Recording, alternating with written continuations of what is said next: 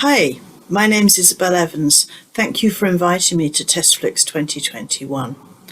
I'm a test and quality practitioner and also a teacher in that subject, and I've been in the industry, specifically in software testing and quality, since the 1980s.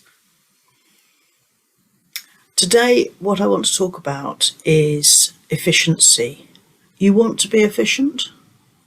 I'm guessing you do. We all want to be more efficient in our work, don't we? And certainly our managers want us to be more efficient, don't they? They want to save time and money. They want to do things more quickly. They want to find ways to save resources and to be able to redeploy people into other tasks. So let's think about what it means to be more efficient, and let's see what happens if we try and do some efficiency savings on a topic perhaps that we don't know so much about. Let's try it. And I'm going to take football, for example. Now, many of you probably find football enjoyable. You enjoy playing it, you enjoy watching it, you enjoy the competitions like the recent Euros 2020. But for me, it's not so interesting, and I'm going to be honest, I don't really understand it, and I don't understand why it's enjoyable. It feels to me like a very, very inefficient process for what essentially seems to be the task of getting balls into a net or stopping balls getting into a net.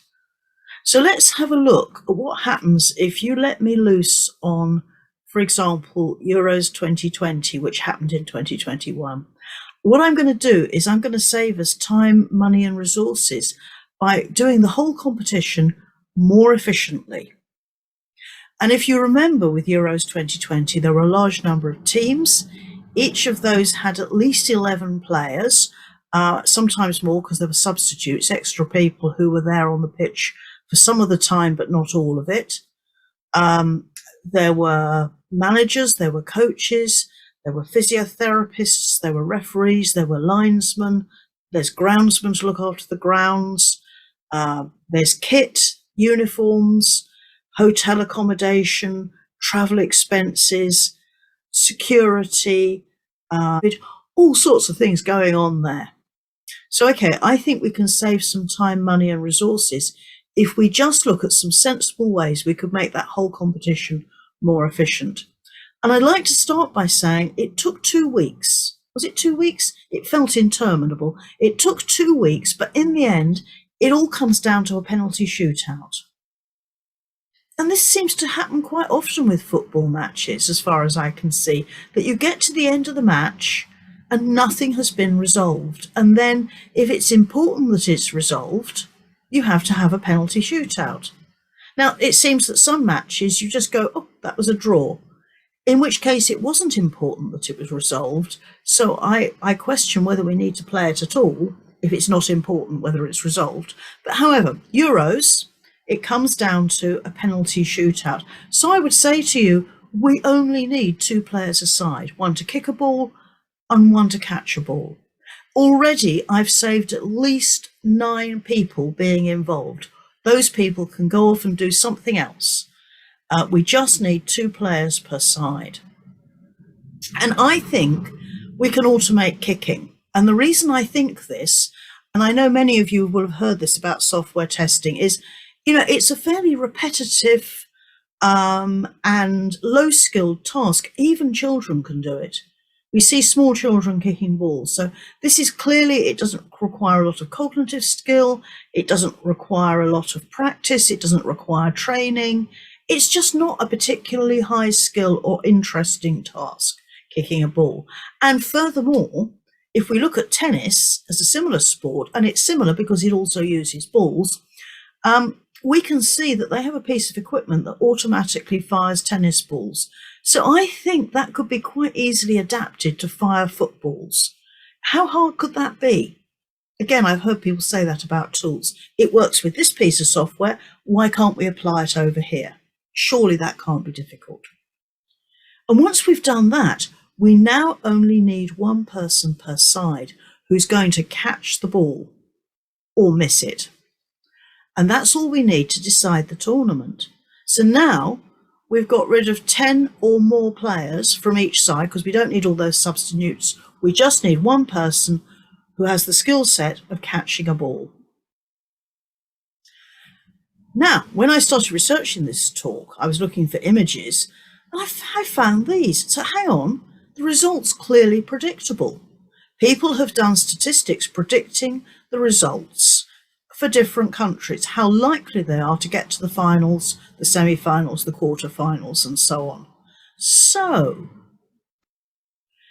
if we want to maximise efficiency, we only need the top 4 sides based on our mathematics. We do some stats, we work out the most likely outcomes, and we just deal with the top 4. Or maybe, if we try that, we may be able to go down to just the top 2. But if it's the top 4, now for the whole competition, we only need 4 people involved. We need 1 ball catcher for each of the top 4 teams. Everybody else can go home and go and do something different and be redeployed. This is going well. So now I'm wondering, could we also automate the process of catching the ball, which would give us total efficiency? We'd be down to a series of automated activities which could take place in one afternoon. And if we've decided we only need 4 or 2 teams, each of 1 person involved, actually maybe that gets us down to something we could just do in half an hour or something.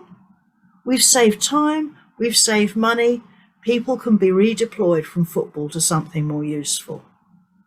Now, I expect you're wondering why this slide is illustrated with a picture of a kitten in a Christmas hat. I looked for a picture to illustrate automatically catching a ball, and this is what came up. Very strange. I wonder, have I missed something? Is there something wrong with what I'm proposing? Have I missed the point of what's going on with the football tournament? Efficiency isn't everything.